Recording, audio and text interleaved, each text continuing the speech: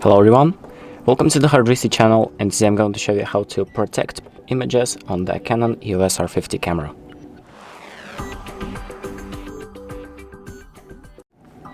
So the first thing that we're going to do is open up the settings by pressing the menu button, and then we're going to use these four buttons to navigate through the menus and go to the third section and then subsection number 1.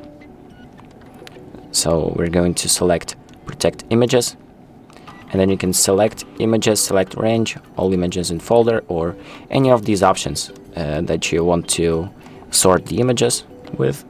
I'm going to just select images for now, and then once you found the image that you want to protect, you can click on set, and as you can see, this little lock icon appears above the image, and if there's a lock icon or a key icon, that means that the image is protected. So now let's say we exit out of the menu and we want to delete this image.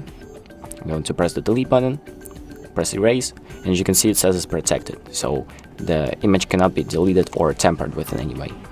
But now let's return to this menu, and if you want to remove that protection, you can just return to that image and then just press set again, so the key icon disappears, and now the image is deletable.